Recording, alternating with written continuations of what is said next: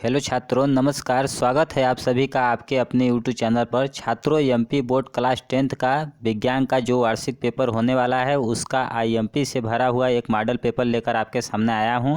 छात्रों, यदि आप इस पेपर से तैयारी कर लेते हैं तो विश्वास मानिए कि आप वार्षिक परीक्षा में बड़े आराम से 60 से 70% लेके आएंगे। और मैं आपको बता दूं कि जिन छात्रों ने एग्ज़ाम से पहले सामाजिक विज्ञान का पेपर देखा था उनको पता है कि एग्ज़ाम में 60 से 70% क्वेश्चन सेम टू सेम देखने को मिले थे। तो यदि आप भी विज्ञान में अच्छा अंक प्राप्त करना चाहते हैं तो यह पेपर पूरा का पूरा ज़रूर देखें। तो चलिए वीडियो को स्टार्ट करते हैं।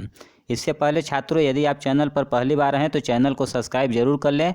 साथ ही साथ अपने सभी दोस्तों को भी शेयर करें जिससे उनको भी इस पेपर का बेनिफिट मिल सके। तो चलिए बिना देरी किए हुए वीडियो को स्टार्ट करते हैं। यहाँ पर देखिए, सबसे पहले यहाँ पे कुछ निर्देश दिए गए हैं। एग्ज़ाम में इन निर्देश को आप अच्छी तरह से आपको पढ़ लेना है। पहला है सभी प्रश्न हल करना अनिवार्य है। दूसरा, इसी तरह से तीसरा देखिए, 1 से 4 तक जो क्वेश्चंस हैं वो वस्तुनिष्ठ प्रश्न के हैं, प्रत्येक 1 अंक निर्धारित है। और 5 से लेकर 14 तक जो प्रश्न है वो अति लघुत्तरीय प्रश्न है और प्रत्येक के लिए 2 अंक निर्धारित है। इसी प्रकार से आप देख सकते हैं। अब चलिए हम लोग क्वेश्चन देखते हैं क्या क्या दिए गए हैं। यहाँ पर देखिए, फर्स्ट क्वेश्चन दिया गया है, सही विकल्प चुनकर लिखिए। ठीक, पहला दिया है, कोई विलयन लाल लिटमस को नीला कर देता है, इसका पीएच संभवतः क्या होगा? तो इसका करेक्ट आंसर क्या हो जाएगा? डी, 10 हो जाएगा। हमने टिक भी लगा दिया है। इसी प्रकार से दूसरा देखिए, अब दूसरा नंबर दिया है, मनुष्य में वृक्क एक तंत्र का भाग है, वह है। तो इसका करेक्ट आंसर क्या हो जाएगा? सी, उत्सर्जन। ठीक, आगे देखिए, मानव के जिस भाग पर वस्तु का प्रतिबिंब बनता है वह है, तो वह क्या कहलाता है? दृष्टिपटल। ऑप्शन नंबर डी करेक्ट हो जाएगा। अगला दिया गया है चौथा नंबर, विद्युत धारा का एसआई मात्रक है, तो इसका करेक्ट आंसर क्या होगा? Ampere, D number. इसी प्रकार से देखिए, पाँचवा नंबर, निम्नलिखित में से कौन आहार श्रृंखला का निर्माण करते हैं? तो इसका करेक्ट आंसर क्या हो जाएगा? बी नंबर, घास, बकरी तथा मानव। तो आपको याद रखना है।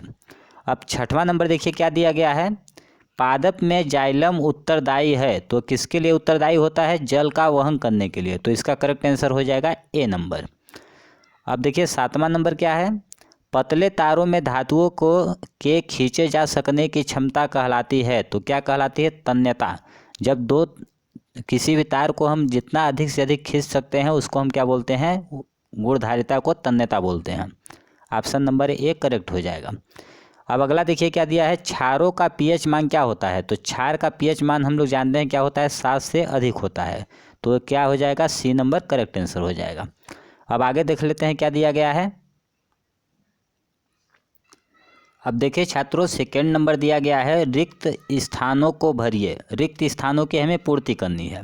तो फर्स्ट नंबर दिया गया है, कार्बन के दहन से डॉट डॉट एवं डॉट डॉट गैसें प्राप्त होती हैं। तो कार्बन के दहन से CO मतलब कार्बन मोनोऑक्साइड एवं CO2 कार्बन डाइऑक्साइड गैस प्राप्त होती है। यहाँ पर आपको लिखा हुआ मिल जाएगा। देखिए इस साइड यहाँ पे हमने नोट कर दिया है। दूसरा देखिए क्या दिया गया है, चुंबकीय क्षेत्र रेखाएं परस्पर प्रतिच्छेद डॉट डॉट हैं। तो इसका करेक्ट आंसर क्या हो जाएगा? नहीं करती हैं। चुंबकीय क्षेत्र रेखाएं जो होती हैं परस्पर आपस को एक दूसरे को प्रतिच्छेद नहीं करती हैं। अगला दिया है थर्ड नंबर, किसी तार का प्रतिरोध उसकी लंबाई के डॉट डॉट होता है, तो लंबाई के क्या होता है? अनुक्रमानुपाती होता है। तो आपको याद रखना है। आगे देखिए क्या दिया गया है, आगे दिया गया है, मादा और गर्भस्थ शिशु के बीच जैविक संबंध स्थापित करने वाला ऊतक डॉट डॉट कहलाता है। तो इसको क्या हम लोग बोलते हैं? प्लेसेंटा। आगे देखिए 5 नंबर दिया गया है, मानव में जीवन पद्धतियों का नियंत्रण एवं नियमन डॉट डॉट के द्वारा होता है। तो इसका करेक्ट आंसर क्या हो जाएगा? तंत्रिका तंत्र एवं अंतःस्रावी तंत्र के द्वारा होता है। छठवां नंबर देखिए क्या है, वह सभी प्रक्रम जो सम्मिलित रूप से अनुरक्षण का कार्य करते हैं डॉट डॉट कहलाते हैं। तो इन्हें क्या कहते हैं? जैव प्रकरण कहते हैं। अगला नंबर दिया गया है, आधुनिक आवर्त सारणी में डॉट डॉट समूह है। तो आधुनिक आवर्त सारणी में कुल कितने समूह हैं? 18 समूह हैं। अगला देखिए 8वां नंबर दिया गया है, आघातवर्धनीता एवं तन्यता डाट दास का प्रमुख गुण है, तो इसका करेक्ट आंसर हो जाएगा धातुओं का प्रमुख गुण है। धातुओं में आघातवर्धनीयता तथा तन्यता का गुण पाया जाता है, आपको इतना याद रखना है। अब नेक्स्ट चलिए देख लेते हैं क्या दिया गया है। अब छात्रों हम लोग सही जोड़ी का मिलान कर लेते हैं। 3rd नंबर दिया गया है सही जोड़ी बनाइए, स्तंभ स्तंभ। पहला नंबर दिया गया है विद्युत धारा का मात्रक, तो विद्युत धारा का मात्रक क्या होता है कूलाम प्रति सेकंड, तो ऑप्शन नंबर क्या होगा एच। यहाँ पर देखिए साइड में हमने नोट भी कर दिया है, फर्स्ट एच का क्या होगा, फर्स्ट का कौन सा होगा एच नंबर, ठीक। जैसे इस साइड आपको यहाँ पे दिख रहा होगा, ये देखिए, तो इस तरह से आप देख सकते हैं। अब देखिए सेकंड का क्या होगा, प्रतिरोधकता का मात्रक क्या होगा ओम मीटर, जी नंबर। थर्ड दिया है स्वपरागण, स्वपरागण का क्या होगा थर्ड एफ नंबर होगा। इसी तरह से चौथा का क्या होगा ई नंबर होगा, पाँचवा का क्या होगा डी नंबर होगा, छठवां का सी नंबर और सातवां का क्या हो जाएगा बी नंबर। इसी तरह से आठवां का कार्बन का अपर रूप क्या होता है हीरा होता है, ए नंबर हो जाएगा। तो आपको ध्यान देना है, याद रखना है इसे। अब चलिए अगला देख लेते हैं क्या दिया गया है। देखिए अगला है एक शब्द या वाक्य में उत्तर दीजिए। पहला नंबर है रेफ्रिजरेटर तथा अग्निशमन में उपयोगी कार्बन का नाम लिखिए, तो क्या होता है क्लोरोफ्लोरोकार्बन, आपको याद रखना है।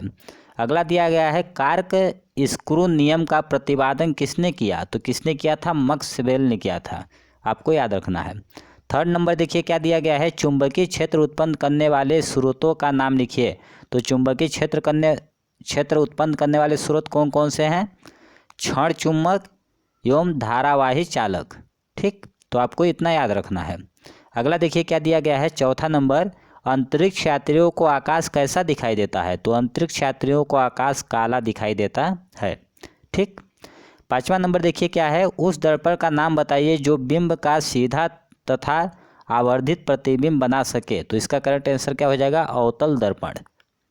अब अगला नंबर देखिए 6वां दिया गया है मनुष्य में अंडाणु जनन की क्रिया होती है, तो कहाँ होती है अंडाशय में होती है, याद रखना है आपको। 7वां नंबर तंत्रिका तंत्र की सूक्ष्मतम इकाई क्या कहलाती है, तो तंत्रिका तंत्र की सूक्ष्मतम इकाई को हम लोग न्यूरॉन बोलते हैं, ठीक। 8वां नंबर दिया गया है प्रथम आवर्त में कितने तत्व होते हैं, तो प्रथम आवर्त में कुल कितने तत्व हैं 2 तत्व हैं। अब चलिए आगे देख लेते हैं क्वेश्चन क्या क्या दिए गए हैं। अब देखिए दोस्तों क्वेश्चन नंबर 5 है वायु में जलाने से पूर्व मैग्नीशियम रिबन को साफ क्यों किया जाता है, ये 2 नंबर का है। अथवा में दिया गया है लोहे की वस्तुओं पर हम पेंट क्यों करते हैं।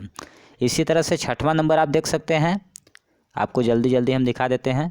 7वां नंबर, 8वां, 9 नंबर, 10, 11, 12, 13 और आपका 14, 15। इसी तरह से आपका हो जाएगा देखिए 16 हो गया, 16 नंबर। इसके बाद देखिए 17 नंबर, 18 है, ये आपका हो जाएगा देखिए 19 नंबर, 20 हो गया, 21 हो गया और इस तरह से 22 हो गया।